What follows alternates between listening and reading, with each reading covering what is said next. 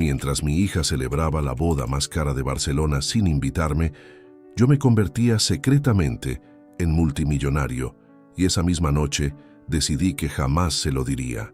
Si quieres conocer el desenlace más impactante de esta historia, suscríbete ahora, porque lo que viene te dejará sin palabras. Después de 42 llamadas desesperadas de mi hija en 4 días, supe que había tomado la decisión correcta. Pero para que entiendas por qué esta decisión cambió mi vida para siempre, necesito contarte cómo llegué hasta ese punto. Todo comenzó hace exactamente 7 meses, un viernes que jamás olvidaré. Eran las 4:23 de la tarde cuando recibí esa llamada que me destrozó el alma. Papá, he decidido que la boda será solo para familia directa y círculo íntimo, me dijo Isabela con una frialdad que me heló la sangre. 24 años criándola solo, 24 años siendo su único apoyo, y ahora yo no calificaba como familia directa. ¿Pero qué estás diciendo, hija?, le pregunté, sintiendo cómo mi mundo se desmoronaba. Tú eres mi única familia. Es que bueno, papá, tú sabes cómo son las cosas ahora. La familia de Alejandro tiene ciertas expectativas. Es una boda muy elegante y... Su voz se perdió, pero el mensaje era claro. Mi hija se avergonzaba de mí.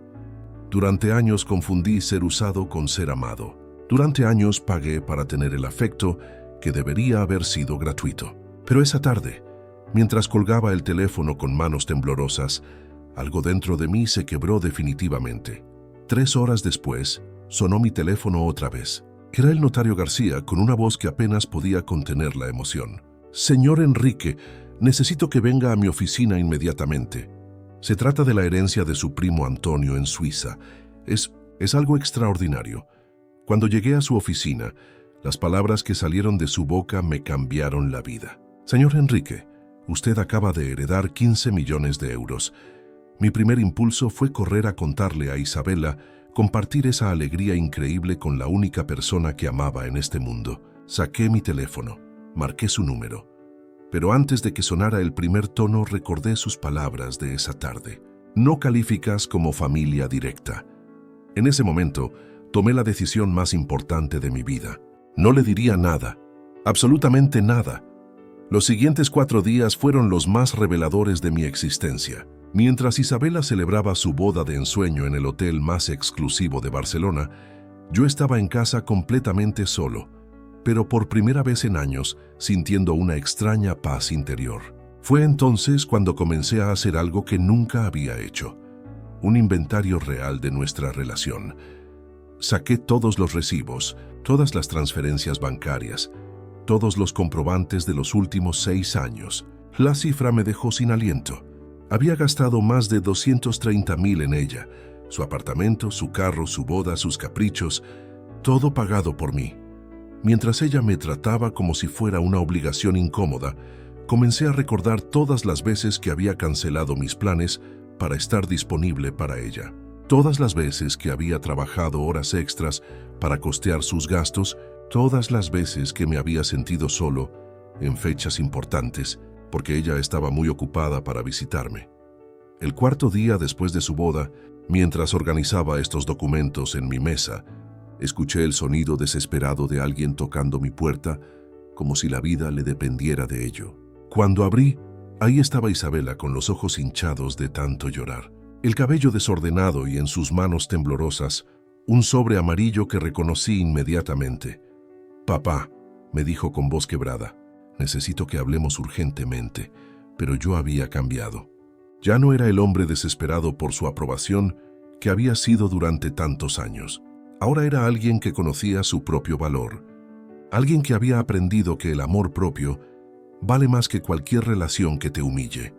«Pasa», le dije tranquilamente, sabiendo que lo que estaba a punto de suceder definiría para siempre el futuro de nuestra relación.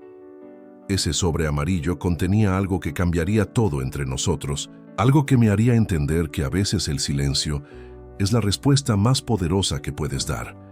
Para entender completamente por qué esa herencia llegó en el momento exacto, necesito llevarte conmigo al pasado, a esos años donde todo comenzó.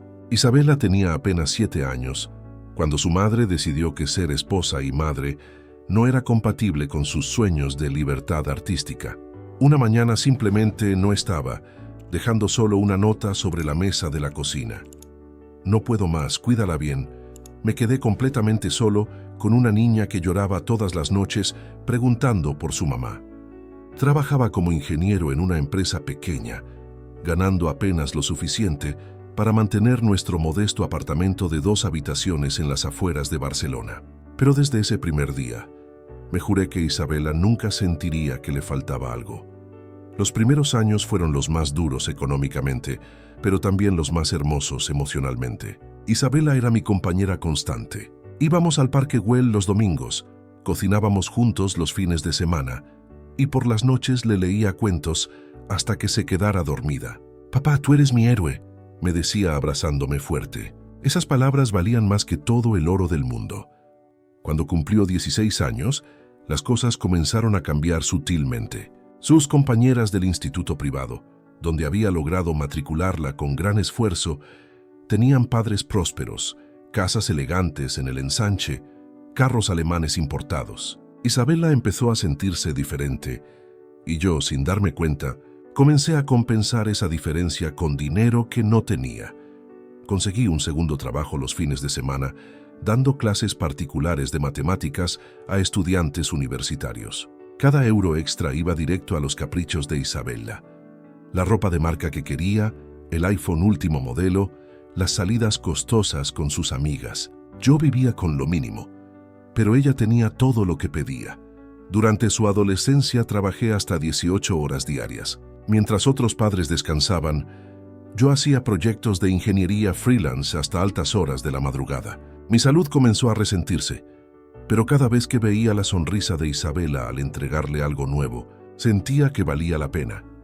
Cuando llegó el momento de elegir universidad, naturalmente quiso la más costosa y prestigiosa de Cataluña. La matrícula equivalía a 9 meses de mi sueldo completo. Tuve que hipotecar el apartamento que tanto me había costado conseguir, pero lo hice sin pensarlo 2 veces. Es por su futuro, me repetía cada mañana al levantarme a las 5 para comenzar otra jornada agotadora. Durante sus años universitarios, los gastos se multiplicaron exponencialmente. No solo era la matrícula, eran los libros importados, las salidas constantes a clubs de moda, la ropa para encajar con sus compañeros de clase alta, el Mini Cooper que necesitaba para no sentirse inferior. Cada mes transfería a su cuenta prácticamente todo mi sueldo, viviendo yo con pasta instantánea y café recalentado. Pero lo más doloroso no era el sacrificio económico, sino la transformación gradual de nuestra relación. Las llamadas diarias se volvieron semanales, luego mensuales. Las visitas a casa se espaciaron hasta convertirse en apariciones esporádicas, generalmente cuando necesitaba algo urgente.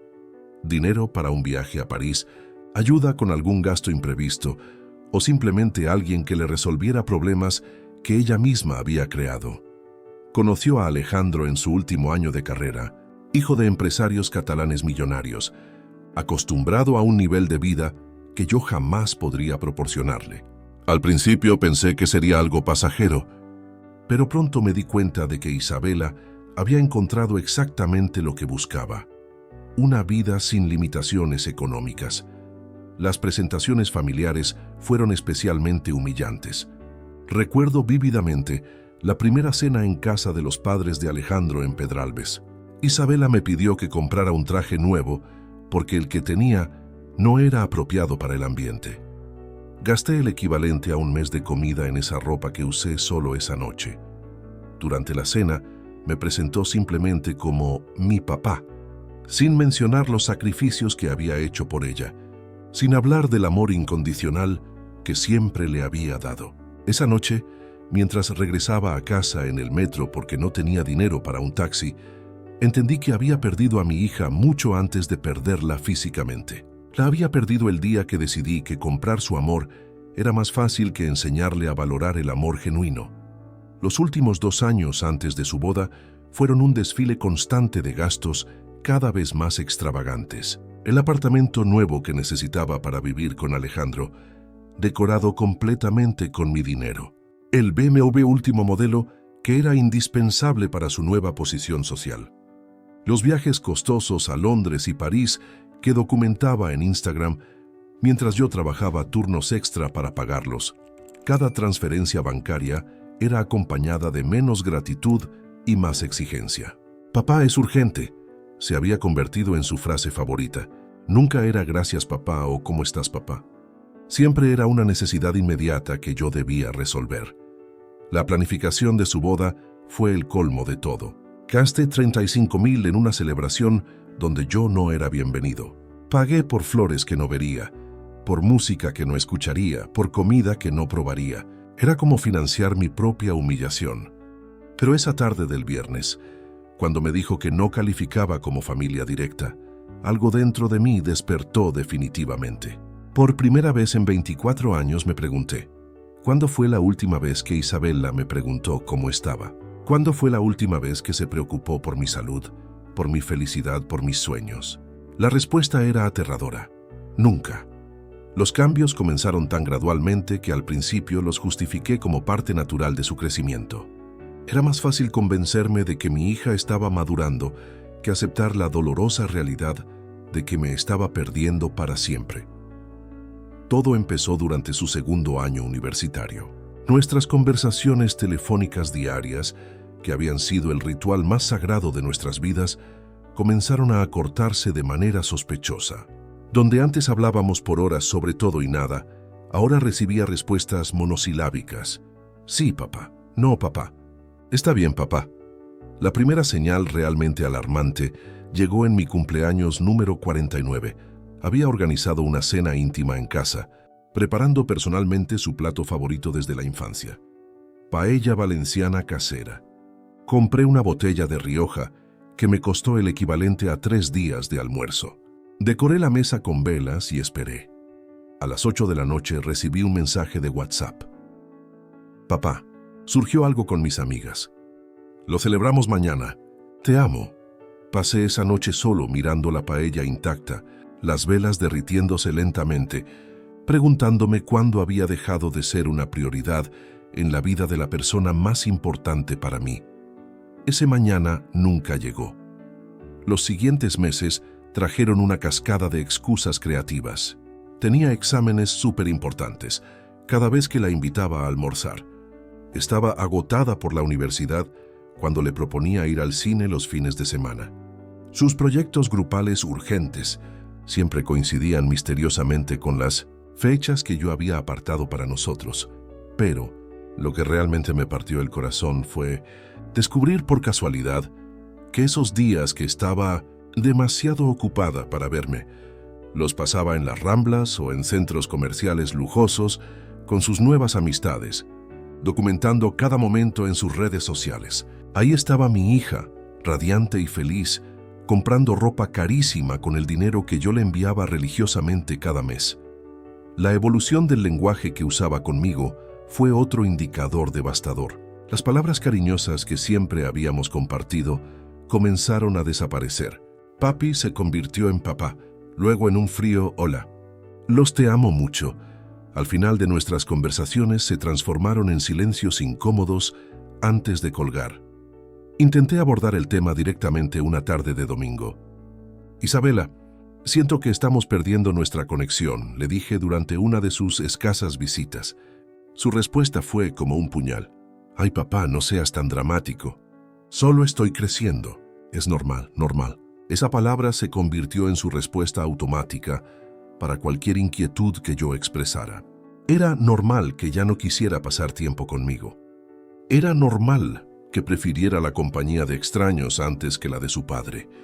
Era normal que me tratara como un cajero automático emocional. Los regalos que le compraba, antes recibidos con alegría genuina, comenzaron a ser evaluados con una frialdad calculadora. Ya no era suficiente el suéter bonito que había visto en el escaparate de Sara y había comprado pensando en ella. Ahora necesitaba que fuera de Chanel, de cierto precio, de cierto estatus social. Recuerdo vívidamente el día que le regalé un collar de plata que había escogido con tanto cariño. Lo miró apenas unos segundos antes de comentar: «Está lindo, papá, pero sabes que soy alérgica a la plata. Necesito oro blanco mínimo». No era alérgica a la plata. Había usado joyería de plata durante años. Simplemente había elevado sus estándares a niveles que yo no podía costear fácilmente.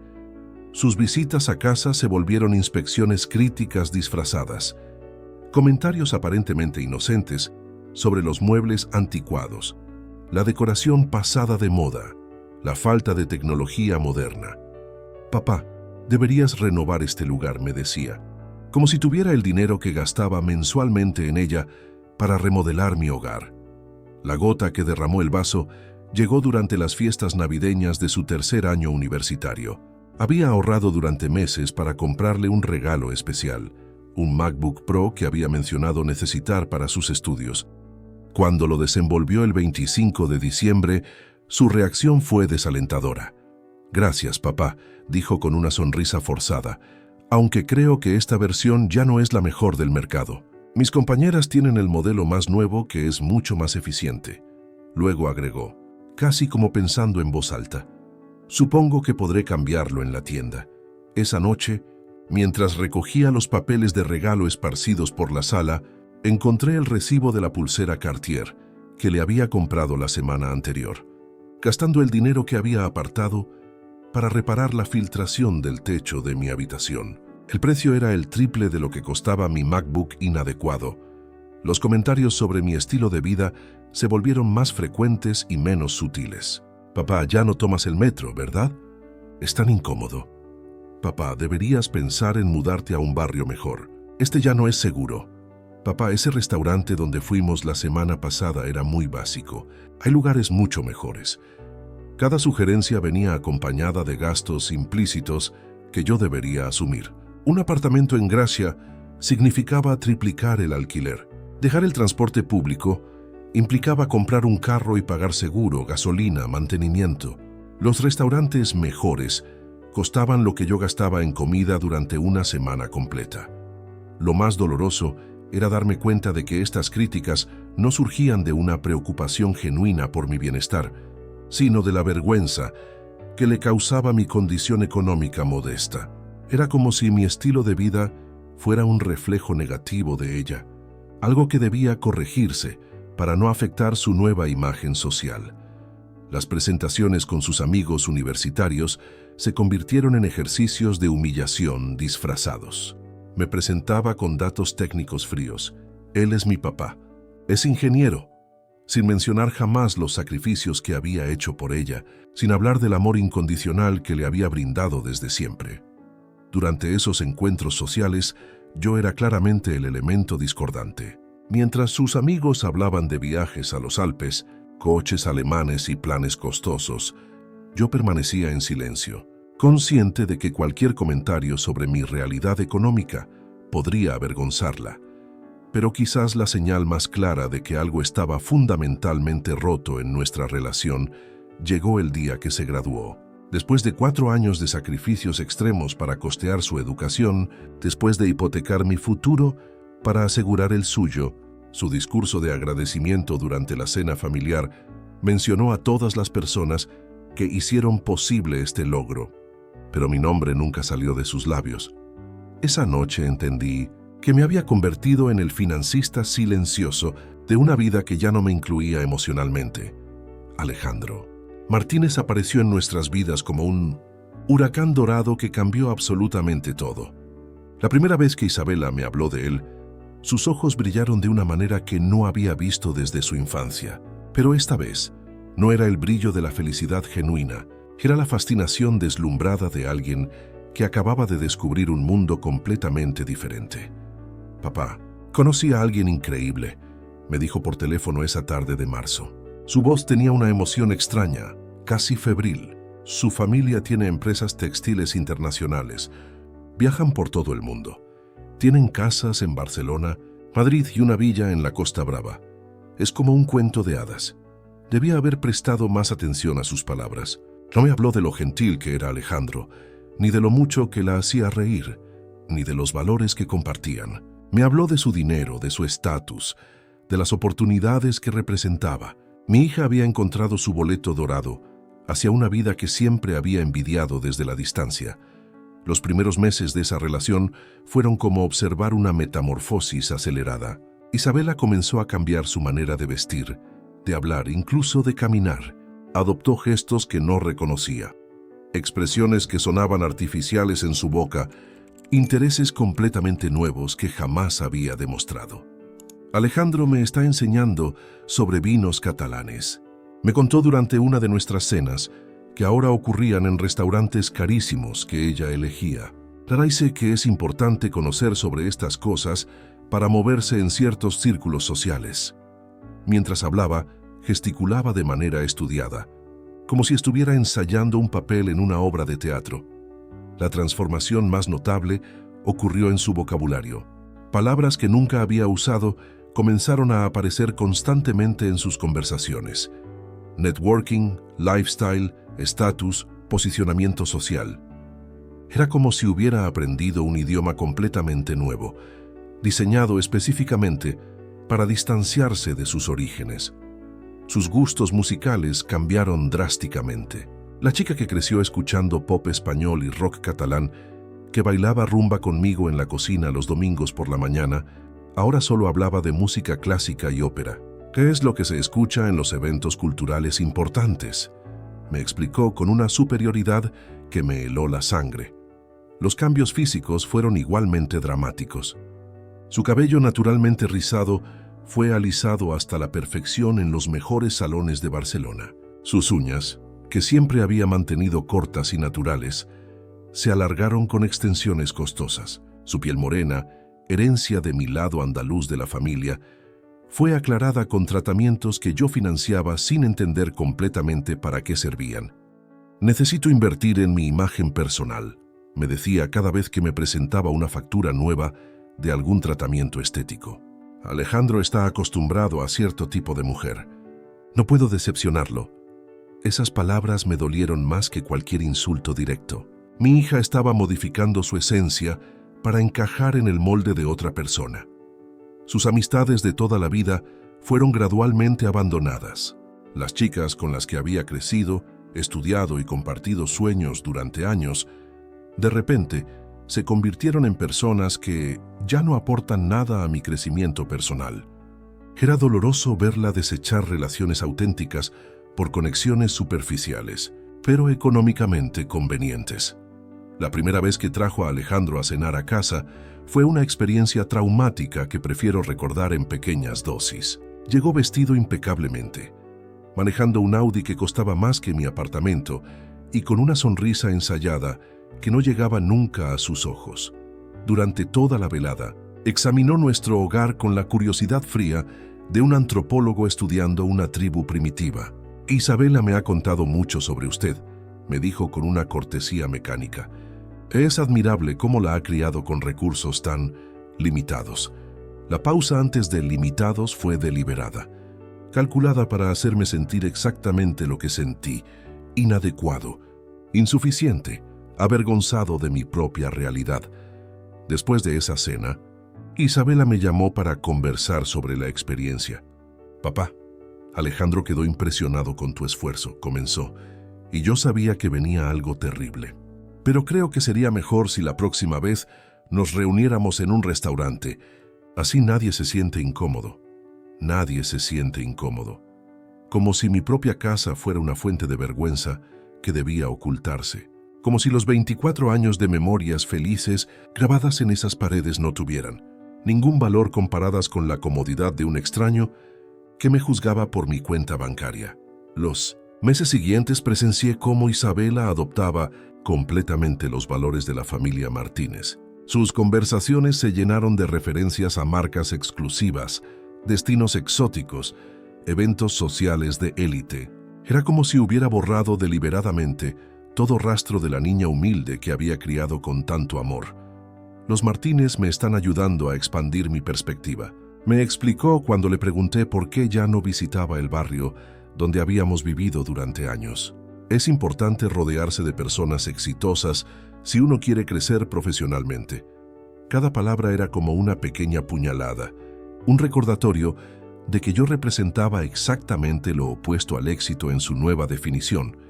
Su relación con el dinero se transformó completamente. La chica que había crecido entendiendo el valor de cada euro, que me había visto calcular cuidadosamente cada gasto, Ahora hablaba de cifras enormes con una naturalidad aterradora. «Es solo dinero, papá», se convirtió en su respuesta cuando yo mostraba preocupación por algún gasto excesivo. Lo más devastador fue ver cómo comenzó a reinterpretar nuestra historia compartida. Los sacrificios que había hecho por ella se convertían en limitaciones que me impusiste sin consultarme. El amor incondicional que le había brindado se transformaba en sobreprotección que no me preparó para el mundo real. Nuestra relación cercana de padre e hija se redefinía como dependencia emocional poco saludable. Era como si estuviera reescribiendo deliberadamente los recuerdos más preciados de mi vida, pintándolos con colores grises para justificar su nueva realidad dorada. El padre dedicado se convertía en el obstáculo que había superado. Los años de lucha juntos se transformaban en una época oscura que prefería olvidar. El punto de no retorno llegó cuando me dijo con una frialdad que jamás le había conocido: «Papá, Alejandro y yo hemos estado conversando sobre mi pasado y hemos decidido que es mejor enfocarme en mi futuro. Hablar constantemente de nuestras dificultades económicas anteriores no aporta nada positivo a mi nueva etapa». Mi hija había decidido borrarme de su narrativa personal. Ya no era el héroe de su historia, era el capítulo vergonzoso que prefería omitir cuando le contaba su vida a otras personas. Esa noche entendí que había perdido para siempre a la Isabela que conocía y que en su lugar había aparecido una extraña que compartía su rostro, pero no su corazón. Durante los meses siguientes, me aferré desesperadamente a la esperanza de recuperar a mi hija. Era como intentar sostener agua entre las manos. Cada esfuerzo por acercarme a ella la alejaba más, pero mi amor paternal me cegaba ante la realidad evidente. Isabela ya había tomado su decisión, y yo no formaba parte de sus planes futuros. Mis primeros intentos fueron patéticamente obvios. Comencé a invitarla a lugares que sabía que le gustarían, según sus nuevos estándares. Reservé mesas en restaurantes carísimos que vaciaban mi cuenta bancaria, pensando que si la impresionaba con lujos podría competir con el mundo de Alejandro. Era un juego imposible de ganar, pero mi desesperación me impedía verlo. «¡Qué sorpresa, papá!», me dijo cuando la llevé a cenar al restaurante más exclusivo de l'Eixample. Pero su sorpresa no era de alegría, era de curiosidad incómoda. Durante toda la cena me estudió como si fuera un rompecabezas que no lograba resolver. «¿Desde cuándo vienes a lugares como este?», me preguntó finalmente, y en su tono detecté algo que me partió el corazón. Sospecha. Intenté cambiar mi manera de vestir, comprando trajes que no podía costear, zapatos italianos de marcas reconocidas, relojes que representaban meses de ahorro.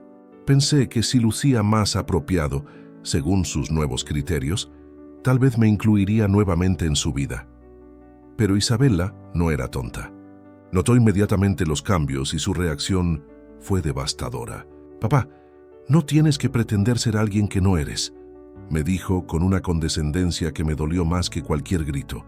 «Yo te acepto como eres», pero sus acciones contradecían completamente sus palabras. Me aceptaba lo suficiente para recibir mi dinero, pero no lo suficiente para incluirme en su nueva realidad social. Decidí adoptar una estrategia diferente, mostrar interés genuino en su nuevo mundo. Comencé a leer sobre vinos catalanes, arte contemporáneo, cultura empresarial, temas de conversación que escuchaba en sus llamadas telefónicas con Alejandro. Pasé noches enteras estudiando como si fuera un examen universitario, memorizando información que creía que me ayudaría a conectar con ella. La primera vez que intenté participar en una de sus conversaciones sobre arte contemporáneo, el resultado fue humillante. Había practicado comentarios inteligentes sobre una exposición en el MACBA que sabía que había visitado, pero cuando los expresé, Isabela me miró con una mezcla de lástima y vergüenza ajena que nunca olvidaré. «Ay, papá», dijo con una risa nerviosa, «es mejor que hables de lo que realmente conoces». Alejandro, que estaba presente durante esa conversación telefónica en altavoz, soltó una carcajada que pretendía sonar amistosa, pero que claramente se burlaba de mis esfuerzos patéticos por encajar en su círculo. Mis intentos de crear tradiciones nuevas que se adaptaran a sus gustos sofisticados fracasaron estrepitosamente. Propuse llevarla a conciertos en el Palau de la Música, exposiciones de arte, obras de teatro experimental. Cada invitación era recibida con excusas elaboradas, pero transparentes. Me encantaría, papá. Pero justo ese día tengo un compromiso súper importante con la familia de Alejandro. Lo que más me dolía era descubrir a través de sus redes sociales que esos mismos días que estaba ocupada para acompañarme, los pasaba haciendo exactamente las actividades que yo le había propuesto, pero con otras personas. Ahí estaba mi hija en el liceo, en conciertos, en galerías de arte, sonriendo radiante al lado de los Martínez, mientras yo me quedaba en casa, viendo las fotos desde la distancia. Intenté acercarme a través de regalos cada vez más costosos y elaborados. Gasté el dinero de mi fondo de emergencia en una pulsera de Bulgari para su cumpleaños. La reacción fue decepcionante. Un gracias, papá, mecánico, y una pregunta inmediata sobre si tenía el recibo para cambiarla por algo más mi estilo. Cuando le compré un fin de semana en un spa de lujo en San Sebastián, pensando que podríamos pasar tiempo de calidad juntas, como en los viejos tiempos, ella inmediatamente preguntó si podía llevar a una amiga en su lugar. Es que estos lugares son más divertidos en grupos, ¿sabes? Me explicó como si yo fuera demasiado aburrido para acompañarla. Mis esfuerzos por interesarme en su carrera profesional también resultaron frustrantes. Isabela había comenzado a trabajar en la empresa textil de la familia Martínez, un puesto que obviamente había conseguido por su relación con Alejandro, no por sus méritos académicos. Cuando intentaba preguntarle sobre sus responsabilidades laborales, sus respuestas eran vagas y evasivas. Es muy complicado de explicar, papá, me decía cuando yo mostraba curiosidad genuina por su trabajo. Son estrategias corporativas de alto nivel.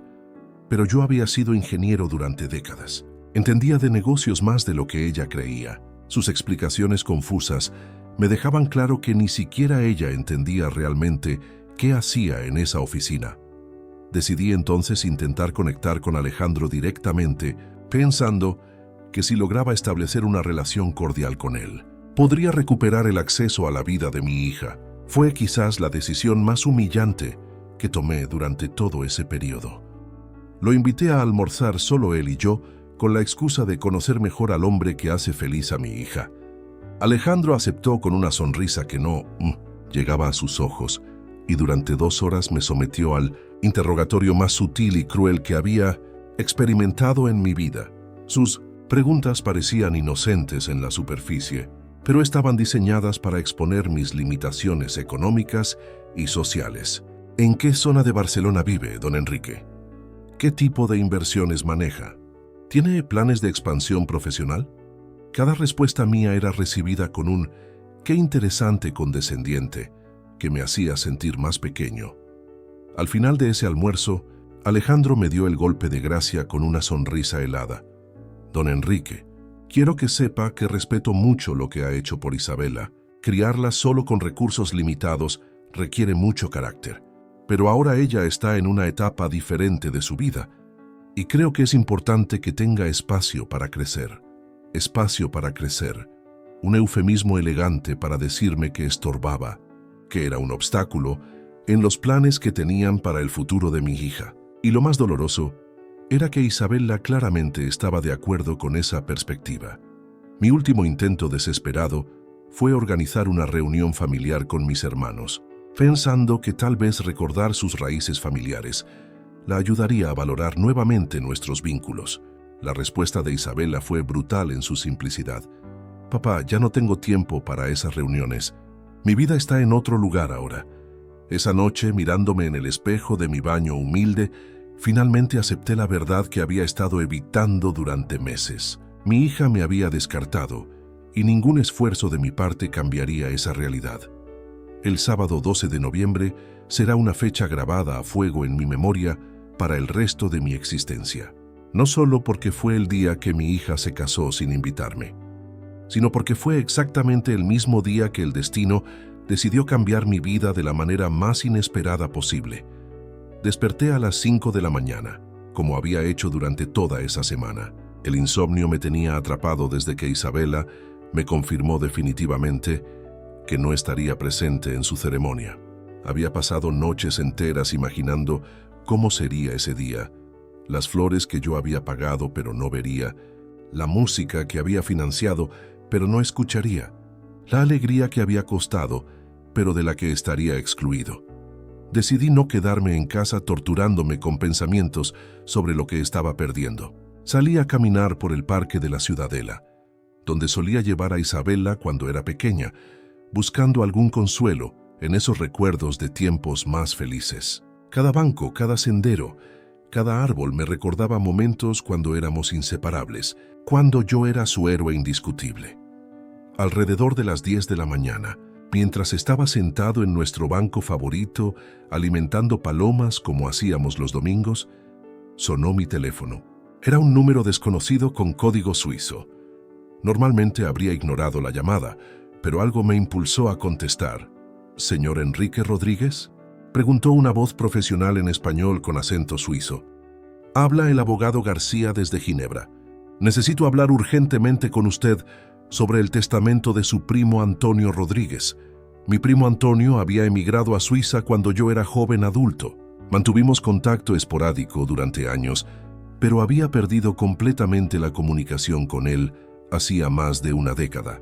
Sabía que había trabajado en el sector financiero, pero nunca imaginé que hubiera prosperado significativamente. Señor Rodríguez, lamento informarle que su primo falleció hace 2 meses, continuó el abogado. Hemos estado intentando localizarlo porque usted es el único heredero mencionado en su testamento. ¿Sería posible que viniera a Ginebra esta semana para formalizar los documentos? Le expliqué que no tenía recursos para viajar internacionalmente con tan poca anticipación. Su respuesta cambió mi perspectiva inmediatamente. Señor Rodríguez, creo que no entiende la magnitud de esta herencia. Su primo le ha dejado un patrimonio valorado en aproximadamente 15 millones de euros. El mundo se detuvo a mi alrededor. Las palomas siguieron picoteando migas a mis pies. Las parejas continuaron paseando por el sendero. Los niños jugaron en los columpios, pero para mí todo se congeló. 15 millones de euros. Una cifra que no podía procesar completamente en ese momento. ¿Podría repetir esa cantidad, por favor? Logré articular con voz temblorosa. 15 millones de euros, señor Rodríguez. Su primo invirtió sabiamente en fondos de inversión durante el boom tecnológico. Además, tenía propiedades en Ginebra y Zúrich que se revalorizaron exponencialmente en los últimos años. Mientras el abogado me explicaba los detalles técnicos de la herencia, mi mente no podía dejar de pensar en la ironía devastadora de la situación. El mismo día que mi hija me excluía de su vida por considerarme económicamente inadecuado, yo me convertía secretamente en multimillonario. Regresé a casa en un estado de shock absoluto. Encendí la televisión buscando alguna distracción, pero las imágenes me torturaban. Era sábado por la tarde, exactamente la hora en que Isabela estaría llegando al hotel más exclusivo de Barcelona para la ceremonia que había soñado durante meses. A las 4 en punto, hora exacta del inicio de la boda, recibí otro llamado del abogado García. Señor Rodríguez, que he hablado con mis colegas aquí en Ginebra y podemos manejar gran parte de la documentación por correo electrónico y videoconferencia. Solo necesitaríamos que viniera para firmar los documentos finales. Durante las siguientes 2 horas, mientras mi hija pronunciaba votos matrimoniales financiados con mi dinero, yo estaba en una videoconferencia, firmando documentos que me convertían oficialmente en una de las personas más adineradas que conocía. La tentación de llamar a Isabela inmediatamente era abrumadora. Imaginé su reacción al descubrir que el padre inadecuado que había excluido de su boda era ahora más rico que toda la familia Martínez junta. Visualicé su shock, su arrepentimiento, sus disculpas desesperadas, pero mientras sostenía el teléfono en mis manos, recordé sus palabras exactas. No calificas como familia directa. Recordé años de desprecios, humillaciones, explotación económica. Recordé cómo me había descartado sistemáticamente de su nueva vida. En ese momento tomé la decisión más importante de toda mi existencia. No le diría nada, absolutamente nada. Esa noche, Mientras Isabela celebraba su luna de miel en un resort de las Maldivas que yo había financiado parcialmente, me quedé despierto hasta el amanecer, procesando mi nueva realidad. Tenía el poder económico para cambiar completamente las reglas del juego entre nosotros, pero había elegido mantener el silencio. Por primera vez en décadas, me sentí completamente libre. Ya no necesitaba trabajar turnos extra para costear sus caprichos. Ya no tenía que sacrificar mi bienestar para financiar su estilo de vida. Ya no era el padre desesperado suplicando por migajas de afecto de su hija ingrata. Decidí tomarme una semana de vacaciones, algo que no había hecho en años. Reservé una suite en el Hotel Arts, el mismo donde la familia Martínez hospedaba a sus invitados internacionales. Cené en restaurantes que antes consideraba inalcanzables. Compré ropa que realmente me gustaba, no lo que creía que impresionaría a otros. Durante esos días de reflexión profunda, entendí que la herencia no era solo dinero, era libertad. Libertad para descubrir quién era yo más allá de ser el padre sacrificado de Isabela. Libertad para establecer límites sanos. Libertad para exigir respeto en lugar de mendigarlo. El viernes siguiente, exactamente una semana después de su boda, Isabela me llamó desde su luna de miel. Su voz sonaba forzadamente alegre, con esa artificialidad que había aprendido a usar cuando necesitaba algo de mí. «Papá, ¿cómo estás? La boda fue hermosa, exactamente como la habíamos planeado. Lástima que no pudiste estar ahí, ni siquiera una disculpa, ni siquiera un reconocimiento de lo cruel que había sido conmigo. Me alegro de que haya sido especial para ti», respondí con una calma que me sorprendió a mí mismo. Ya no era el hombre desesperado por su aprobación. Ya no necesitaba fingir que su exclusión no me había dolido. Papá, Alejandro y yo estamos pensando en algunas inversiones cuando regresemos. Tal vez podríamos hablar sobre algunas oportunidades interesantes. Código para «Necesito más dinero tuyo». Isabela, cuando regreses de tu viaje, creo que necesitamos tener una conversación importante sobre nuestro futuro, le dije tranquilamente. Hubo un silencio incómodo del otro lado de la línea. Finalmente respondió: «¿Está todo bien, papá? Suenas diferente». Estaba diferente. Era un hombre que conocía su verdadero valor, tanto económico como personal, pero ella no lo sabría hasta que decidiera revelárselo, si es que alguna vez lo hacía. Los 4 días que siguieron a mi conversación telefónica con Isabela fueron los más reveladores de mi vida adulta. Por primera vez en décadas tuve el poder de cambiar radicalmente la dinámica de nuestra relación, pero elegí conscientemente mantener mi nueva situación económica en absoluto secreto. Esta decisión no fue impulsiva. Fue el resultado de una reflexión profunda que me transformó como persona. La primera tentación llegó el lunes por la mañana. Había dormido mal, despertando repetidamente con fantasías sobre revelar mi herencia. Me imaginaba llamando a Isabela para decirle: «Hija, tengo algo importante que contarte». Visualizaba su reacción, su arrepentimiento inmediato, sus disculpas desesperadas, cuando se diera cuenta de que había desechado a un millonario por prejuicios sociales. Pero cuando realmente tomé el teléfono entre mis manos, algo me detuvo. Era una voz interior que nunca había escuchado antes, una claridad mental que cortaba a través de mis emociones heridas. ¿Por qué querría que mi hija me amara por mi cuenta bancaria cuando había rechazado amarme por quien realmente era? Decidí realizar un experimento mental que cambió todo mi enfoque. Me pregunté: si Isabela descubriera mi nueva fortuna y regresara inmediatamente a mi vida con cariño renovado, ¿ese afecto sería genuino? La respuesta era obvia y dolorosa. Estaría amando mi dinero, no a mí. Sería la misma relación tóxica de siempre, pero con roles invertidos. Esa comprensión me llevó a una segunda pregunta aún más profunda.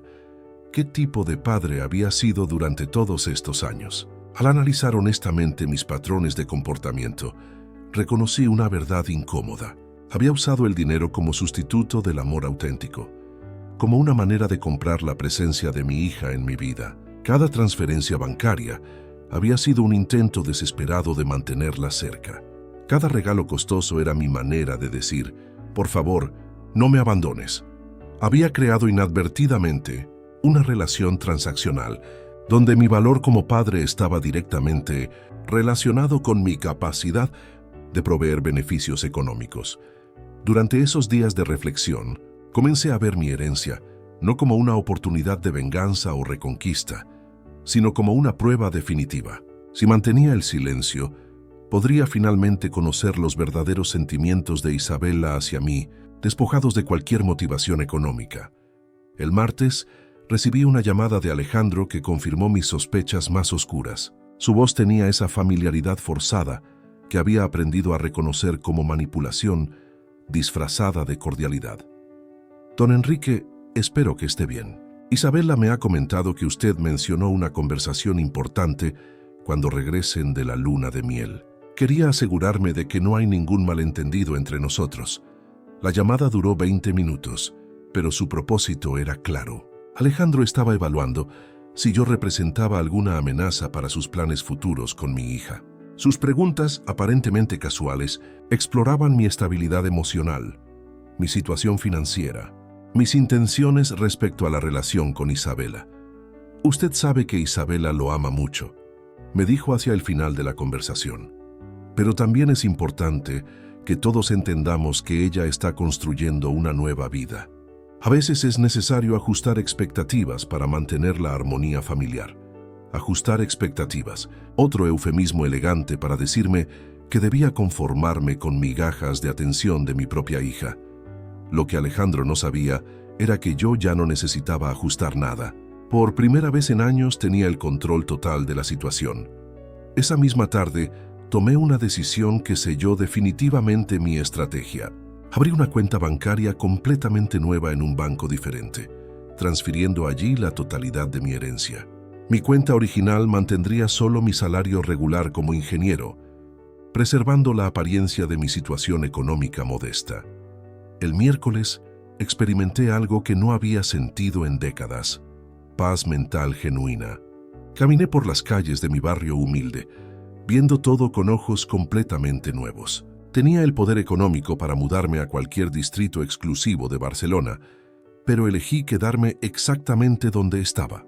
Mi valor como persona no dependía de mi código postal. Almorcé en el pequeño restaurante familiar donde había llevado a Isabela cientos de veces durante su infancia. La dueña, doña Carmen, me saludó con el cariño genuino que había olvidado que existía. Don Enrique, qué alegría verlo. ¿Cómo está la niña Isabela? Hace mucho no la vemos por aquí. Su pregunta inocente me hizo reflexionar sobre algo fundamental. Había pasado tanto tiempo obsesionado con ganar la aprobación de mi hija que había descuidado completamente las relaciones auténticas que ya tenía en mi vida. Doña Carmen me conocía desde hacía 15 años. Había visto mis luchas, mis sacrificios, y nunca me había juzgado por mis limitaciones económicas. Durante esos 4 días, establecí un sistema de reglas personales que guiarían mi nueva vida. Primera regla: nunca más usaría el dinero para comprar afecto o atención. Segunda regla: las personas en mi vida tendrían que valorarme por quién era, no por lo que podía ofrecerles materialmente. Tercera regla: mantendría mi herencia en secreto hasta estar completamente seguro de las motivaciones reales de quienes me rodeaban. La cuarta regla era la más difícil de todas. Si Isabela regresaba a mi vida buscando ayuda económica, la escucharía con compasión, pero establecería límites claros y condiciones específicas para cualquier apoyo futuro. Ya no sería el padre desesperado que decía sí a todo por miedo al abandono. El jueves por la noche, mientras organizaba mis documentos financieros antiguos, encontré algo que me partió el corazón. Una carta que Isabela me había escrita cuando tenía 11 años para el Día del Padre. Papá, eres el mejor papá del mundo. Cuando sea grande, voy a cuidarte como tú me cuidas a mí. Te amo con todo mi corazón. Esa carta había estado guardada en mi billetera durante más de una década. La había leído cientos de veces durante mis momentos más difíciles, recordándome por qué valía la pena cada sacrificio. Ahora la releía con una perspectiva completamente diferente, preguntándome cuándo exactamente había comenzado la transformación de esa niña amorosa en la mujer fría que me había excluido de su boda. Esa noche tomé la decisión final sobre el manejo de mi silencio. No revelaría mi herencia hasta estar completamente convencido de que Isabela había redescubierto su capacidad de amarme genuinamente sin motivaciones económicas. Podría tomar meses, años, o tal vez nunca sucedería, pero por primera vez en mi vida adulta tenía la paciencia y la fortaleza emocional para esperar. El viernes, exactamente una semana después de su boda, cuando Isabela me llamó desde su luna de miel con esa petición velada de inversiones interesantes, yo ya era un hombre completamente transformado. Tenía 15 millones de euros en el banco, pero más importante aún, había recuperado algo que había perdido hacía años: mi dignidad personal y mi autorrespeto. La conversación que tendríamos a su regreso no sería la súplica desesperada de un padre rechazado, sino el establecimiento firme de límites por parte de un hombre que finalmente conocía su propio valor. Los 4 días que transcurrieron entre mi conversación telefónica con Isabela, desde su luna de miel y su regreso a Barcelona, fueron un periodo de introspección tan profundo que literalmente me reinventé como persona. Era como si hubiera estado viviendo en una neblina emocional durante décadas y finalmente hubiera encontrado la claridad mental que necesitaba para ver mi vida con total honestidad. El primer día lo dediqué completamente a revisar cada documento, cada fotografía, cada recuerdo físico de nuestra relación padre e hija. Saqué todas las cajas del armario donde guardaba los recuerdos de Isabela, sus dibujos de la infancia, sus boletas escolares, las cartas que me escribía cuando era pequeña, los recibos de cada regalo que le había comprado durante los últimos 10 años.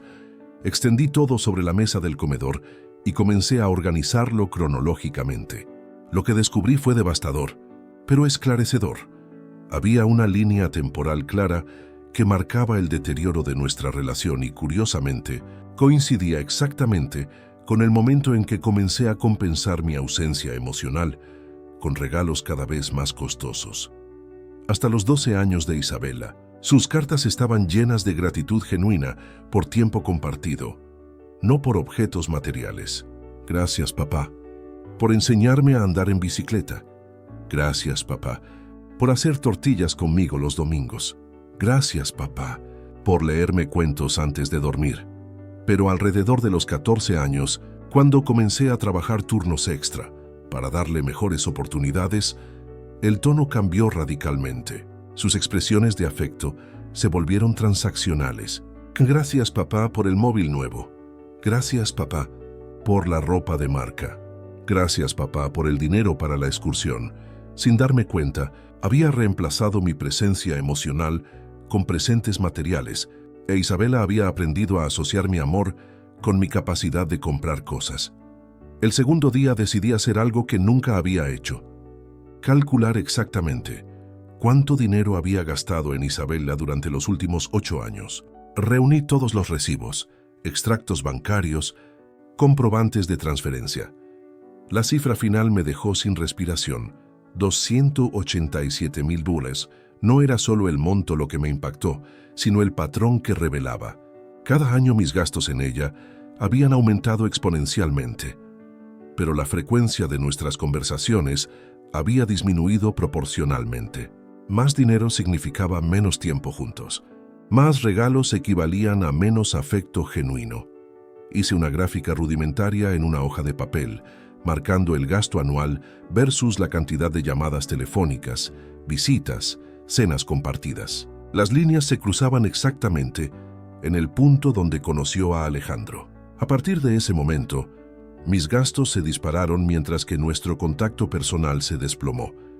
Durante esas horas de análisis matemático de nuestra relación, experimenté algo parecido a un despertar espiritual. Me di cuenta de que había estado financiando mi propia irrelevancia en la vida de mi hija. Cada euro que le enviaba era un paso más hacia mi eventual descarte emocional. El tercer día lo dediqué a una actividad que me aterrorizaba, pero que sabía que era necesaria: imaginar mi vida sin Isabela. Durante años había vivido completamente centrado en ella, definiendo mi identidad exclusivamente a través de mi rol como su padre. Pero ahora tenía que enfrentar una pregunta fundamental: ¿quién era Enrique Rodríguez más allá de ser el padre de Isabela? Comencé listando todas las cosas que había dejado de hacer, todos los sueños que había pospuesto, todas las oportunidades que había rechazado por estar disponible para ella. La lista era sorprendentemente larga y dolorosa de leer. Había renunciado a una promoción laboral que requería viajes frecuentes porque no quería estar lejos de Isabela. Había rechazado invitaciones a salir con colegas porque los fines de semana eran tiempo para mi hija. Había cancelado vacaciones personales porque ese dinero era mejor invertido en sus necesidades. Había evitado relaciones románticas porque ninguna mujer entendería la prioridad que tenía que darle a mi hija. Durante 24 años había vivido como si fuera un satélite, girando alrededor del planeta Isabela. Mi universo entero se definía por su órbita, pero ahora, con la perspectiva que me daba mi nueva situación económica y la claridad dolorosa de su rechazo, pude ver lo tóxica que había sido esa dinámica para ambos. Esa tarde, llamé a mi hermano Carlos, con quien había perdido contacto frecuente, precisamente por priorizar siempre a Isabela. Su sorpresa fue evidente cuando escuchó mi voz. «Enrique, qué milagro. Pensé que te habías mudado a otro planeta», me dijo con esa ironía cariñosa que siempre lo había caracterizado. «¿Cómo está la princesa? Seguro ya se casó y te hizo abuelo». Le conté brevemente sobre la boda y mi exclusión, sin mencionar, por supuesto, la herencia. Su reacción fue inmediata y brutalmente honesta. «Hermano, te lo dije hace años. Estabas criando a una niña malcriada que te iba a romper el corazón, pero tú nunca me escuchaste». Carlos tenía razón. Múltiples personas a lo largo de los años habían intentado advertirme sobre los patrones problemáticos que veían en mi relación con Isabela. Compañeros de trabajo, amigos, incluso mi propia familia. Pero yo había interpretado todas esas advertencias como envidia o incomprensión. ¿Sabes qué es lo más triste de todo esto?, me continuó Carlos. No es que Isabela sea una mala persona. Es que tú nunca le enseñaste a valorar lo que realmente importa. Le enseñaste que el amor se compra, que el afecto tiene precio, que las relaciones son transacciones comerciales. Sus palabras me dolieron porque eran absolutamente ciertas. Sin intención maliciosa, había criado a mi hija para que me viera como un proveedor de servicios, en lugar de como un padre que merecía amor incondicional. Esa noche, mientras revisaba las fotografías de nuestra vida juntos, noté algo que nunca había visto antes. En las fotos de su infancia, Isabela me miraba directamente a los ojos con adoración genuina. Pero en las fotos más recientes, su atención siempre estaba enfocada en el regalo que acababa de recibir, no en mí. Había una imagen particularmente reveladora de su cumpleaños número 21. Le había regalado un collar carísimo que había comprado endeudándome por 3 meses. En la foto ella sonreía radiante, mirando el collar en el espejo, mientras yo aparecía en el fondo, borroso y claramente ignorado. Esa imagen se convirtió en una metáfora perfecta de nuestra relación. Yo siempre en el fondo, borroso, irrelevante, mientras ella se concentraba en los objetos materiales que yo le proporcionaba. Durante esos 4 días, también tomé una decisión práctica importante. Contacté a un asesor financiero independiente, estableciendo un fideicomiso que me garantizara rentas mensuales por el resto de mi vida, sin tocar el capital principal. Quería asegurarme de que mi nueva riqueza fuera administrada responsablemente, no gastada impulsivamente en intentos desesperados de reconquistar el afecto de mi hija. Al final del 4.º día, había alcanzado una paz interior que no experimentaba desde la infancia. Por primera vez en décadas, me sentía completamente libre de expectativas externas. Ya no necesitaba la aprobación de Isabela para sentirme valioso como persona. Ya no dependía de su presencia para definir mi identidad. Cuando sonó mi teléfono esa noche y vi el nombre de Isabela en la pantalla anunciando su regreso del viaje, yo ya era un hombre completamente diferente. Contesté con una tranquilidad que me sorprendió a mí mismo. «Papá, ya regresamos. Mañana quiero pasar a verte para esa conversación que mencionaste». «Perfecto, Isabela. Te espero a las 3 de la tarde». Colgué sin añadir las palabras desesperadas de siempre. «Te extrañé mucho. Qué bueno que regresaste. Espero que hayamos podido hablar antes». Simplemente confirmé la cita y terminé la llamada. Esa noche dormí mejor que en meses. sabiendo que finalmente estaba preparado para establecer los límites que debería haber puesto años atrás. El martes, a las 2:51 de la tarde, 9 minutos antes de nuestra cita acordada, escuché el sonido desesperado de alguien golpeando mi puerta, como si la vida le dependiera de ello. No eran los toques educados y espaciados que esperaba de una visita programada. Era el martilleo frenético de alguien al borde de la desesperación. Cuando abrí la puerta, la imagen que encontré me impactó profundamente. Isabela estaba completamente descompuesta. Su cabello perfectamente peinado lucía desarreglado, como si hubiera pasado las manos por él repetidamente. Su maquillaje se había corrido por las lágrimas, creando manchas oscuras bajo sus ojos hinchados. La ropa elegante que siempre llevaba estaba arrugada, como si hubiera dormido con ella puesta. Pero lo que más llamó mi atención fue el sobre amarillo que sostenía en sus manos temblorosas. Lo apretaba contra su pecho, como si fuera lo único que la mantenía de pie. Sus nudillos estaban blancos por la fuerza con que lo sujetaba y pude notar que sus manos no dejaban de temblar. «Papá», me dijo con voz quebrada, «necesito que hablemos urgentemente». Sus palabras salían entrecortadas, interrumpidas por sollozos que intentaba controlar sin éxito. La invité a pasar, pero en lugar de dirigirse a la sala como siempre hacía, se quedó parada en el recibidor como si no tuviera fuerzas para dar un paso más. Sus ojos, normalmente fríos y calculadores durante nuestros encuentros recientes, ahora mostraban un terror genuino que no había visto desde su infancia. «¿Qué sucede, Isabela?», le pregunté con la calma que había cultivado durante esos días de reflexión. Una parte de mí quería correr hacia ella, abrazarla, consolarla como había hecho miles de veces cuando era pequeña, pero algo me mantuvo en mi lugar, observando la situación con una claridad nueva. «Es sobre Alejandro, sobre nosotros sobre todo», murmuró, y luego levantó el sobre amarillo hacia mí. «Esto llegó esta mañana a nuestro apartamento. Cuando lo abrí, papá, cuando vi lo que contenía, pensé que me iba a desmayar. El sobre era grueso, claramente contenía múltiples documentos. Tenía el membrete de un bufete de abogados prestigioso de Madrid, el mismo que representaba a las empresas más importantes del país. El tipo de correspondencia que solo llegaba cuando algo realmente serio estaba sucediendo. «¿Puedes contarme qué dice?», le pregunté, manteniéndome físicamente distante, pero emocionalmente presente. No me acerqué a consolarla como habría hecho instintivamente en el pasado. Esta vez esperé a que ella tomara la iniciativa. Isabela caminó hacia el sofá con pasos vacilantes y se desplomó más que sentarse. Abrió el sobre con manos temblorosas y extrajo un conjunto de documentos legales que reconocí inmediatamente. Demandas judiciales, órdenes de embargo, notificaciones de bancarrota. «La empresa de la familia de Alejandro está quebrada», comenzó con voz monótona, como si estuviera leyendo noticias de un periódico. «Han estado ocultando pérdidas masivas durante los últimos 2 años. Falsificaron informes financieros, inventaron contratos inexistentes, manipularon sus estados contables». Mientras hablaba, iba colocando documento tras documento sobre la mesa de centro. Cada papel que mostraba empeoraba el panorama. Demandas por estafa, investigaciones por lavado de dinero, órdenes de congelamiento de activos, requisitorias europeas. «Pero eso no es lo peor, papá», continuó y su voz se quebró completamente. «Lo peor es que Alejandro sabía todo. Él sabía que la empresa estaba en bancarrota cuando me propuso matrimonio.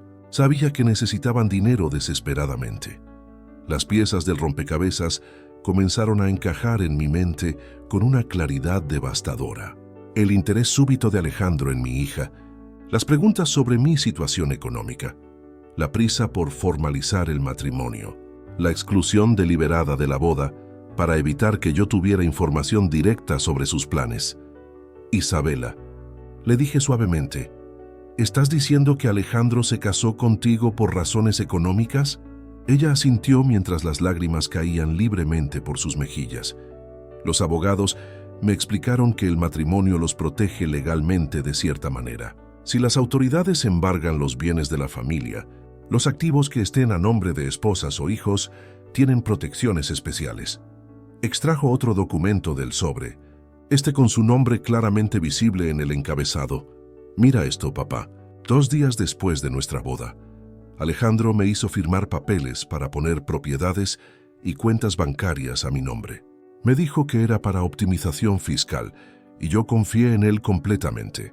El documento mostraba transferencias de propiedades valuadas en millones de euros, todas pasadas al nombre de mi hija, inmediatamente después del matrimonio. Isabela había sido convertida en testaferro sin siquiera saberlo. Pero hay más, continuó con voz cada vez más pequeña. Los investigadores descubrieron que parte del dinero que usaron para financiar la boda era dinero robado de pensiones de empleados. Papá, mi boda fue pagada con dinero de jubilados que perdieron sus ahorros. La ironía era tan cruel que casi me ahogué. Mi hija me había excluido de su boda por vergüenza de mi situación económica modesta, solo para descubrir que había sido financiada con dinero robado a personas aún más humildes que yo. Y, Alejandro, ¿qué dice sobre todo esto?, le pregunté, aunque ya imaginaba la respuesta. Desapareció, respondió con una risa amarga que sonaba más como un sollozo. Ayer por la mañana, cuando llegaron los primeros documentos legales, él salió a resolver algunos asuntos urgentes en la oficina. No ha regresado. Su teléfono está apagado. Sus padres dicen que no saben dónde está. Isabela sacó su teléfono y me mostró una lista interminable de llamadas perdidas, todas dirigidas al número de Alejandro. He intentado contactarlo 42 veces en las últimas 24 horas. Nada. El patrón era devastadoramente claro. Alejandro había usado a mi hija como escudo legal para proteger los activos de su familia criminal, y una vez que los documentos legales comenzaron a llegar, había huido, dejándola sola para enfrentar las consecuencias. Los abogados me dijeron que, como las propiedades están a mi nombre, yo soy legalmente responsable por las deudas asociadas, continuó Isabela. Pueden embargar todo, el apartamento donde vivimos, el coche, incluso la ropa y joyas que Alejandro me regaló. Extrajo el último documento del sobre y me heló la sangre. Era una estimación de la deuda total que ahora legalmente recaía sobre mi hija. 2 millones, papá, me dijo mirándome directamente a los ojos por primera vez en años. Estoy completamente arruinada, pero no solo económicamente, legalmente. Pueden acusarme de complicidad en lavado de dinero. Podrían meterme a la cárcel. El silencio que siguió fue pesado y complejo. Una parte de mí sentía una satisfacción oscura viendo cómo el mundo superficial que había elegido sobre mí se desmoronaba espectacularmente. Pero una parte más grande, la parte que siempre sería su padre sin importar qué, sentía un dolor profundo por su sufrimiento. ¿Qué necesitas de mí, Isabela?, le pregunté finalmente. Su respuesta me partió el corazón. No lo sé, papá. Por primera vez en mi vida no tengo ni idea de qué hacer y no tengo a nadie más en el mundo que pueda ayudarme. Nadie más en el mundo. Después de años de rechazarme, de avergonzarse de mí, de preferir la compañía de extraños ricos, finalmente reconocía que yo era la única persona que genuinamente se preocupaba por su bienestar.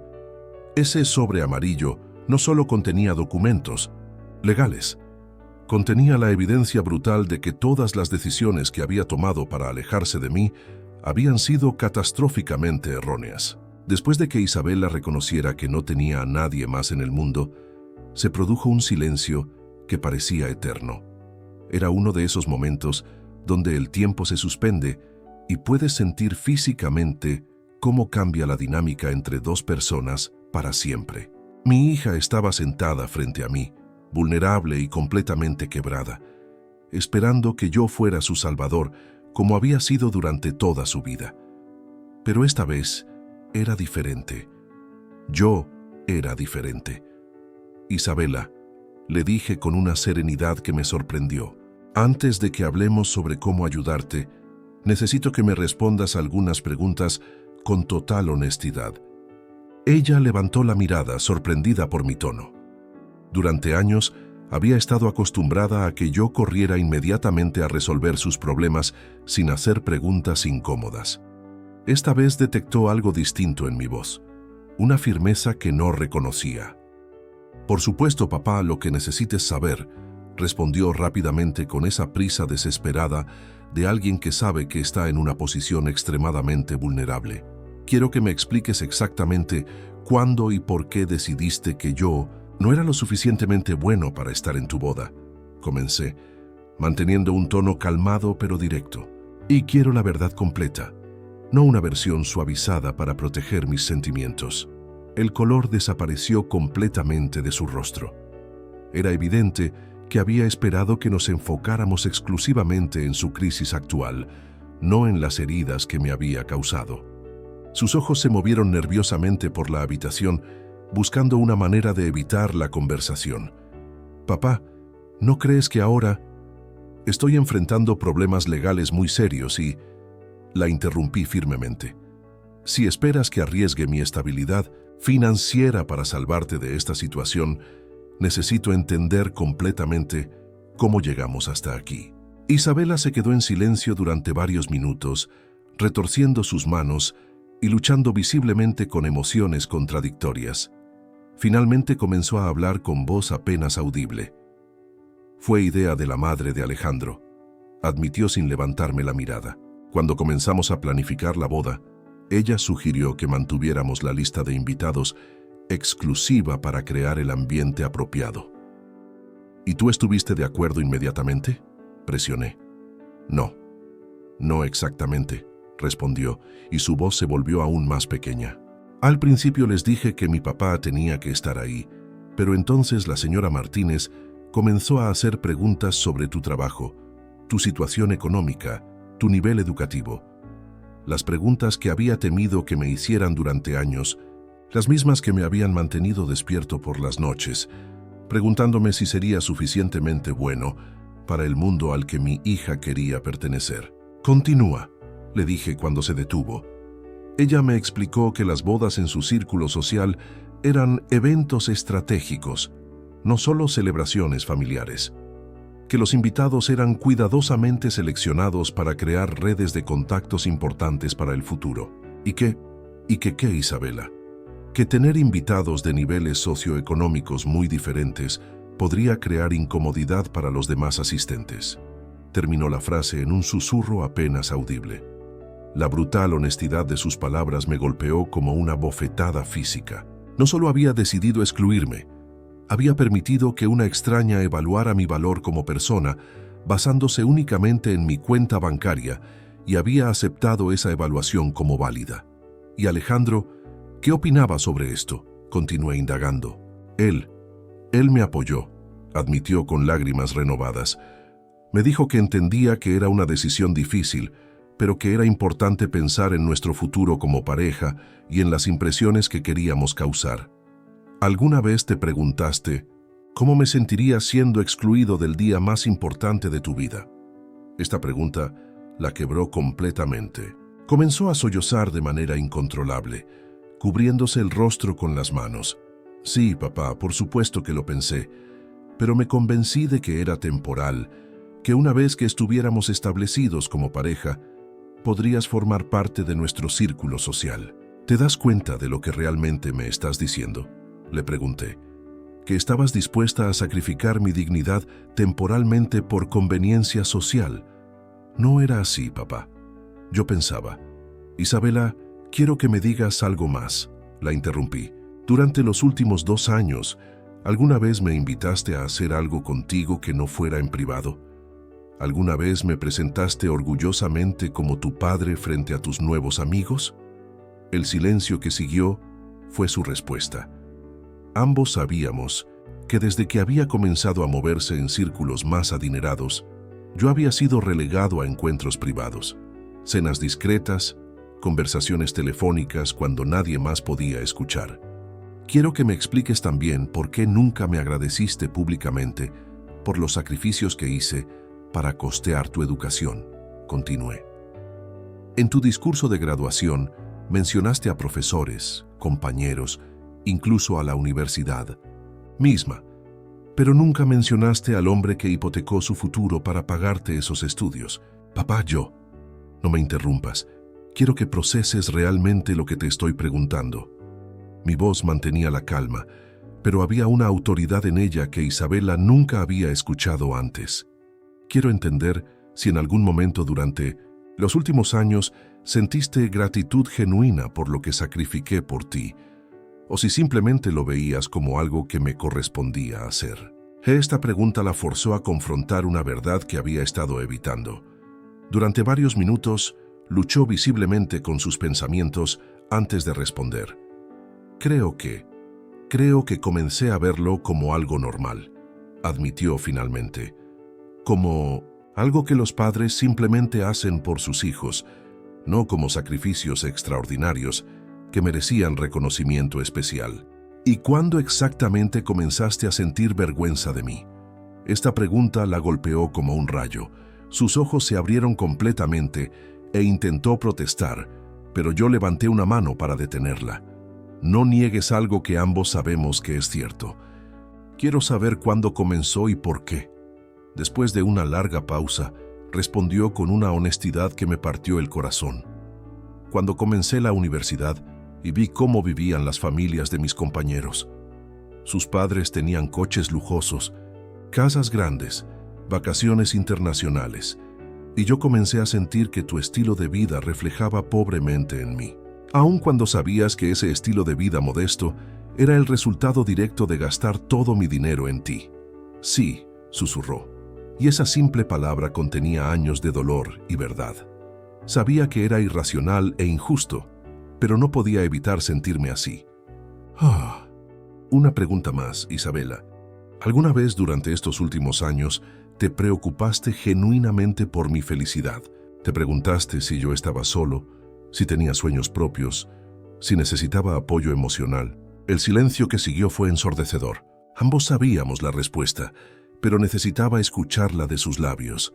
No, respondió finalmente con una honestidad brutal que nos destrozó a ambos. Estaba tan enfocada en mi propia vida, en mis propios objetivos, que nunca me detuve a pensar en ti como una persona completa con necesidades propias. Esas confesiones dolorosas habían limpiado el aire entre nosotros de una manera que años de conversaciones superficiales nunca habían logrado. Por primera vez en mucho tiempo, estábamos siendo completamente honestos el uno con el otro. Ahora, le dije, podemos hablar sobre cómo ayudarte. Después de que Isabela admitiera con brutal honestidad sus errores y motivaciones, me quedé sentado en silencio durante varios minutos que se sintieron como horas. En mi mente se libraba una batalla épica entre dos versiones de mí mismo. El padre desesperado que había sido durante décadas, dispuesto a sacrificar todo por su hija, y el hombre renovado que había emergido durante esos días de reflexión profunda. La tentación de revelar mi herencia era abrumadora. Podía imaginar perfectamente la escena. Isabela, no te preocupes por nada. Resulta que heredé 15 millones de euros el mismo día de tu boda. Puedo pagar todas tus deudas y resolver todos tus problemas. Su gratitud sería inmensa, su arrepentimiento genuino, su amor renovado, pero también sería completamente artificial.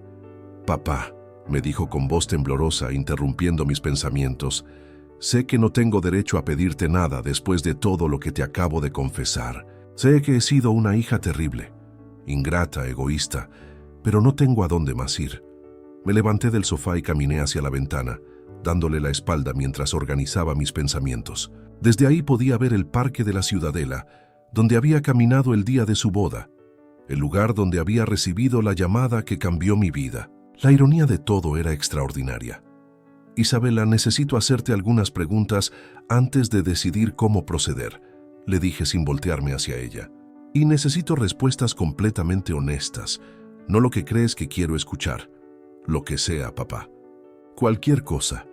Si yo tuviera los recursos económicos para salvarte de esta situación, pero estableciera condiciones estrictas para mi ayuda, ¿estarías dispuesta a aceptarlas sin importar cuán incómodas te resulten? Hubo una pausa antes de su respuesta y pude escuchar en su silencio la lucha interna entre su desesperación y su orgullo.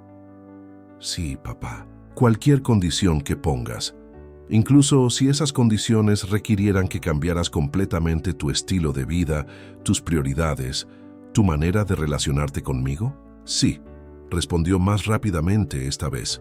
Me volteé para mirarla directamente. ¿Y si yo decidiera que lo mejor para ambos es que enfrentes las consecuencias de tus decisiones sin mi ayuda económica? Si considerara que rescatarte nuevamente solo perpetuaría los patrones tóxicos entre nosotros.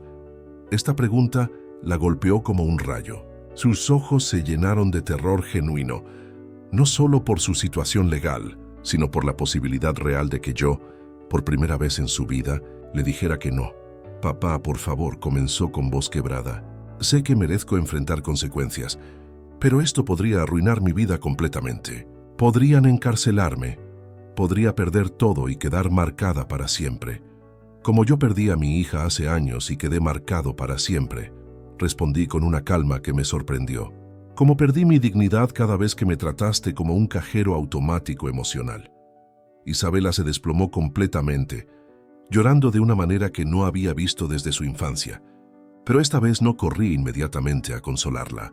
Esta vez mantuve mi distancia y esperé a que procesara la realidad de su situación. ¿Qué tengo que hacer?, me preguntó entre sollozos.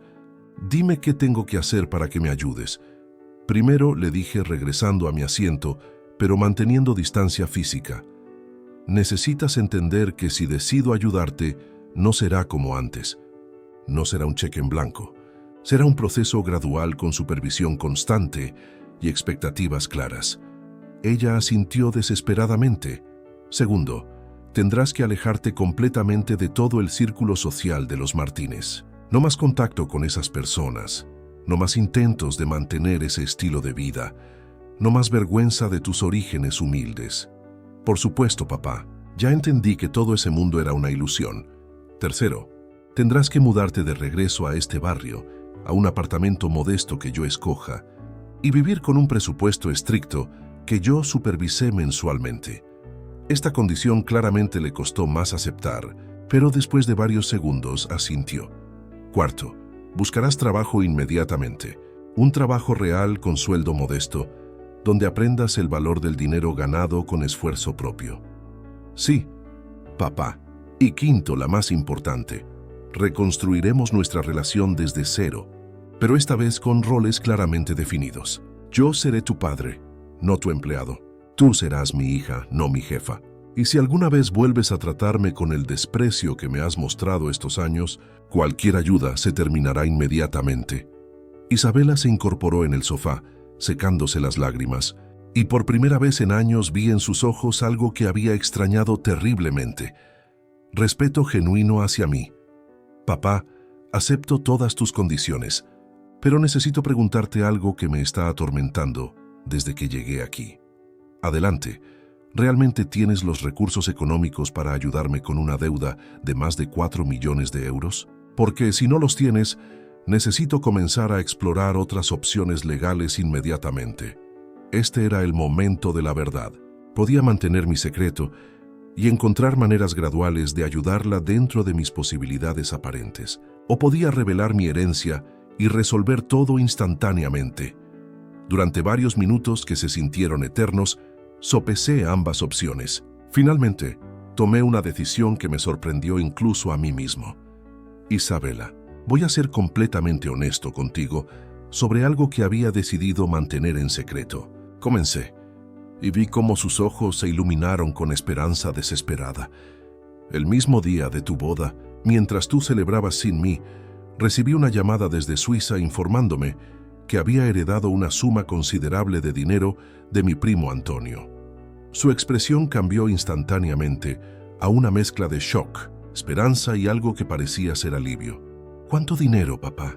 Suficiente para resolver todos tus problemas legales y económicos, respondí sin dar cifras específicas. Pero aquí está lo importante. Había decidido no decírtelo nunca. ¿Por qué? Porque quería saber si alguna vez me amarías por quien realmente soy, no por lo que puedo darte.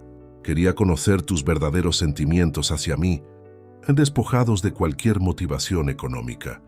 Isabela se quedó en silencio, procesando la complejidad de lo que acababa de confesarle.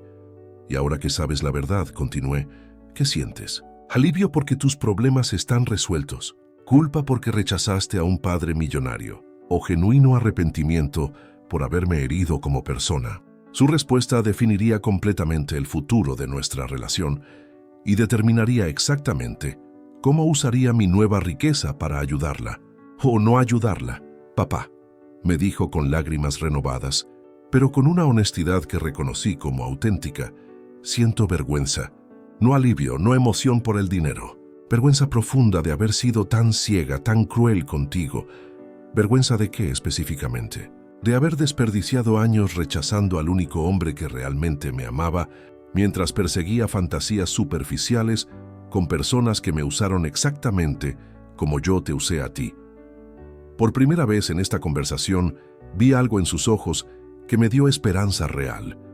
Arrepentimiento genuino, no calculado por conveniencia, sino nacido de una comprensión auténtica del daño que había causado.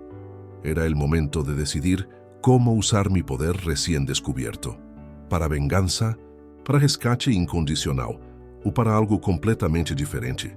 Después de escuchar el arrepentimiento genuino en la voz de Isabela, me senté nuevamente frente a ella y tomé una decisión que cambiaría para siempre la dinámica de nuestra relación padre e hija. No sería el rescate incondicional del pasado, ni tampoco el abandono cruel que parte de mí deseaba como venganza. Sería algo completamente diferente, una reconstrucción consciente basada en respeto mutuo. Isabela, comencé con una voz firme pero cálida, voy a ayudarte, pero no de la manera que esperas ni como lo he hecho antes. Esta vez estableceremos un contrato emocional y financiero que beneficie a ambos y nos permita sanar realmente. Sus ojos mostraron confusión mezclada con esperanza cautelosa. ¿Un contrato? ¿Qué quieres decir? Quiero decir que vamos a tratar esta situación como adultos responsables, no como el padre desesperado y la hija manipuladora que hemos sido durante años. Me levanté y saqué una libreta donde había estado organizando mis pensamientos durante esos días de reflexión. Primero, voy a contactar a los mejores abogados penalistas de España para defender tu caso. Pagaré todos los honorarios legales necesarios para demostrar que eres víctima de estafa, no cómplice de lavado de dinero. El alivio en su rostro fue inmediato, pero levanté una mano para continuar. Sin embargo, el dinero para pagar las deudas que Alejandro puso a tu nombre, me lo prestarás. No lo recibirás como regalo. Firmaremos un pagaré legal con intereses mínimos y un plan de pagos a 20 años. ¿Qué?, preguntó sorprendida. Pero papá, jamás podré generar suficiente dinero para pagar 4 millones de euros en toda mi vida. Ahí es donde entra la segunda parte de nuestro acuerdo, continué imperturbable. Te ofrezco un trabajo en la empresa de consultoría de ingeniería que voy a establecer con parte de mi herencia. Empezarás como asistente administrativa con un salario modesto, pero justo. La expresión de Isabela pasó de alivio a confusión total. ¿Vas a crear una empresa? ¿Vas a ser mi jefe? Exactamente. Durante años fuiste tú quien establecía las condiciones de nuestra relación. Ahora seré yo quien defina los términos de tu recuperación personal y económica. Me senté nuevamente y la miré directamente a los ojos. Isabela, durante 24 años te di todo sin enseñarte el valor de nada. Te rescaté de cada problema sin permitirte aprender de tus errores. Te amé incondicionalmente, sin exigir respeto básico. Eso se termina hoy. ¿Significa que ya no me amas incondicionalmente?, preguntó con voz pequeña. Significa que mi amor seguirá siendo incondicional, pero mi apoyo económico y emocional ahora tienen condiciones muy claras. Necesitas ganarte mi confianza nuevamente, paso a paso. Durante las siguientes 2 horas, establecimos las reglas de nuestra nueva relación. Isabela viviría en un apartamento de 2 habitaciones que yo rentaría en el mismo barrio donde había crecido. Tendría un presupuesto mensual estricto que incluía comida, transporte y gastos básicos, pero nada de lujos. Trabajarás 8 horas diarias, 5 días a la semana. Aprenderás contabilidad, administración, servicio al cliente. Te formarás desde abajo como cualquier empleado nuevo. Le expliqué mientras ella tomaba notas con una seriedad que no le había visto jamás. ¿Y los fines de semana?, preguntó. Los sábados almorzaremos juntos, pero tú escogerás el restaurante dentro de un presupuesto que yo determine. Los domingos serán para actividades familiares. Cocinar juntos, caminar en el parque, conversar realmente sobre nuestras vidas. Por primera vez durante toda la conversación, Isabela sonrió genuinamente, como cuando era pequeña. Mejor que cuando eras pequeña, porque ahora ambos somos adultos que pueden tener conversaciones profundas y significativas. Los siguientes meses fueron los más transformadores de nuestras vidas. Isabela se mudó al apartamento modesto que había elegido, donando o vendiendo todos los objetos lujosos que asociaba con su vida anterior. Al principio fue difícil para ella adaptarse al metro, las comidas caseras y la ausencia de lujos, pero gradualmente comenzó a encontrar satisfacción en la simplicidad. Su trabajo en mi nueva empresa, Rodríguez Ingeniería y Consultoría, comenzó siendo un desafío enorme. Durante años, había vivido sin estructura ni responsabilidades reales, así que cumplir horarios y completar tareas específicas le resultaba agotador. Pero también descubrió algo que nunca había experimentado: el orgullo de ganarse su propio dinero. Papá, me dijo un viernes después de su primer mes completo de trabajo, cuando recibí mi primer sueldo sentí algo extraño. Era una cantidad pequeña comparada con lo que acostumbraba a recibir de ti, pero me hizo más feliz. ¿Por qué crees que fue eso? Porque era mío. Lo había ganado con mi esfuerzo. No lo había manipulado de alguien más. Nuestros almuerzos sabatinos se convirtieron en el momento más esperado de la semana para ambos. Sin la presión económica que había caracterizado nuestros encuentros anteriores, podíamos hablar de todo: sus miedos, mis sueños pospuestos, la familia que habíamos perdido de vista, los planes para el futuro. ¿Sabes qué es lo más raro de todo esto?, me preguntó durante uno de esos almuerzos, 3 meses después de iniciar su nueva vida. ¿Qué? Soy más pobre económicamente de lo que he sido en años, pero me siento más rica como persona. Explícame eso. Antes tenía dinero, pero no tenía dignidad. Tenía objetos caros, pero no tenía paz mental. Tenía un esposo rico, pero no tenía amor real. Ahora tengo menos cosas, pero las que tengo son auténticas. El proceso legal contra Alejandro y su familia se resolvió favorablemente. Los mejores abogados que contraté demostraron convincentemente que Isabela había sido víctima de una estafa elaborada. Las propiedades a su nombre fueron transferidas de vuelta al Estado para compensar a las víctimas del fraude, liberándola de responsabilidades penales. Un año después de aquel día del sobre amarillo, Isabela había cambiado de manera tan profunda que parecía una persona completamente diferente. Había aprendido a valorar las relaciones auténticas sobre las conexiones superficiales. Prefería una cena casera conmigo que cualquiera de los eventos sociales exclusivos de su vida anterior. Papá, me dijo durante nuestro domingo familiar, mientras cocinábamos juntos, como habíamos hecho cuando era niña: quiero pedirte perdón formalmente por todos los años que desperdicié siendo tan ciega y cruel contigo. Ya me lo has demostrado con tus acciones durante este año, le respondí. Las disculpas verbales son fáciles. Los cambios reales de comportamiento son los que realmente cuentan. ¿Alguna vez podrás perdonarme completamente? Isabela, te perdoné el día que tomaste la decisión de cambiar realmente, pero más importante que mi perdón es que tú aprendas a perdonarte a ti misma y a no repetir esos patrones con otras personas. 2 años después, cuando Isabela había demostrado consistentemente su transformación personal, tuvimos una conversación final sobre el dinero.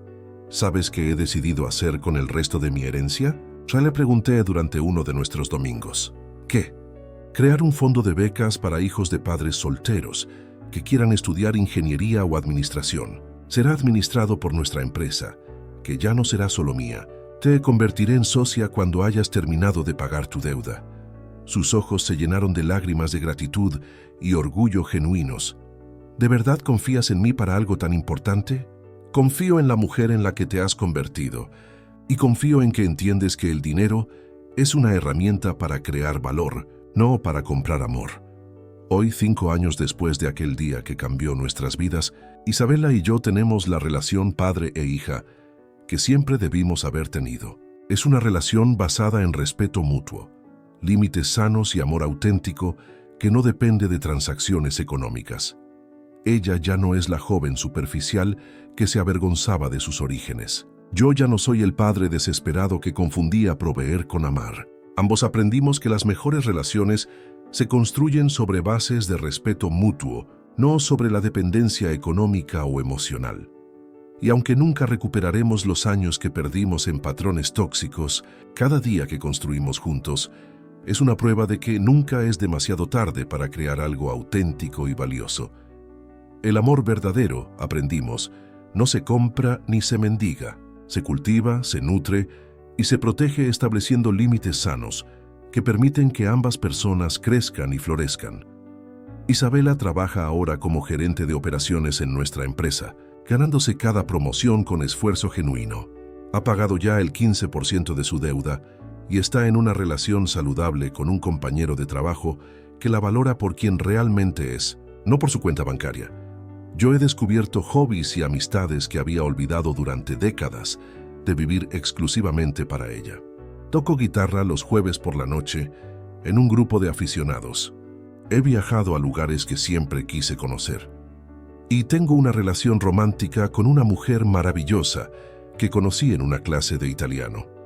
La herencia que recibí aquel día no solo cambió mi situación financiera, me dio la libertad de redefinir completamente lo que significa ser padre, lo que significa amar y lo que significa tener dignidad personal. A veces Isabela me pregunta si alguna vez me arrepiento de no haberle contado sobre el dinero desde el principio, si las cosas habrían sido más fáciles para ambos. Mi respuesta siempre es la misma. Las cosas fáciles rara vez nos enseñan las lecciones más valiosas.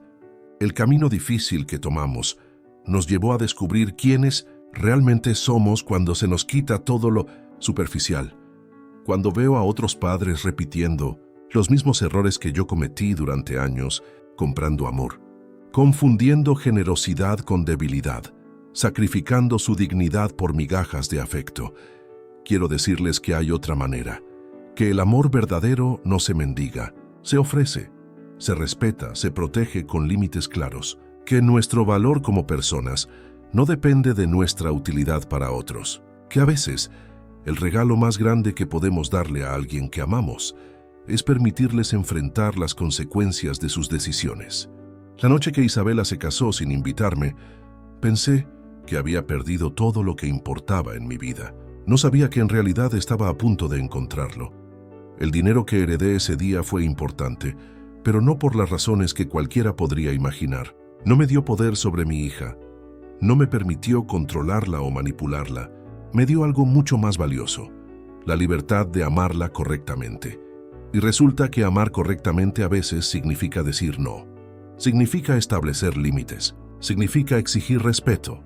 Significa estar dispuesto a caminar hacia el horizonte si la persona que amas no está dispuesta a valorar el amor que ofreces. El día que decidí mantener mi herencia en secreto no fue por venganza o resentimiento. Fue por amor propio y paradójicamente por amor genuino hacia mi hija, porque quería conocer su corazón real, no la versión distorsionada por el dinero. Al final, ambos descubrimos algo hermoso, que cuando quitas el dinero de la ecuación, cuando eliminas la dependencia económica, cuando estableces límites sanos, lo que queda es la oportunidad de construir algo auténtico y duradero. La historia que comenzó con una hija avergonzada de su padre humilde y un padre desesperado por comprar amor, terminó con dos adultos que se respetan mutuamente y han aprendido que las relaciones más valiosas son aquellas que se nutren con tiempo, atención genuina y límites claros. Hoy, cuando Isabela me llama por teléfono, no es porque necesita dinero, es porque quiere compartir algo de su día, porque valora mi opinión, porque genuinamente disfruta mi compañía. Y cuando yo le doy consejos, no es desde la desesperación de un hombre tratando de mantener relevancia, sino desde la sabiduría serena de alguien que conoce su propio valor. Esa transformación no tuvo precio.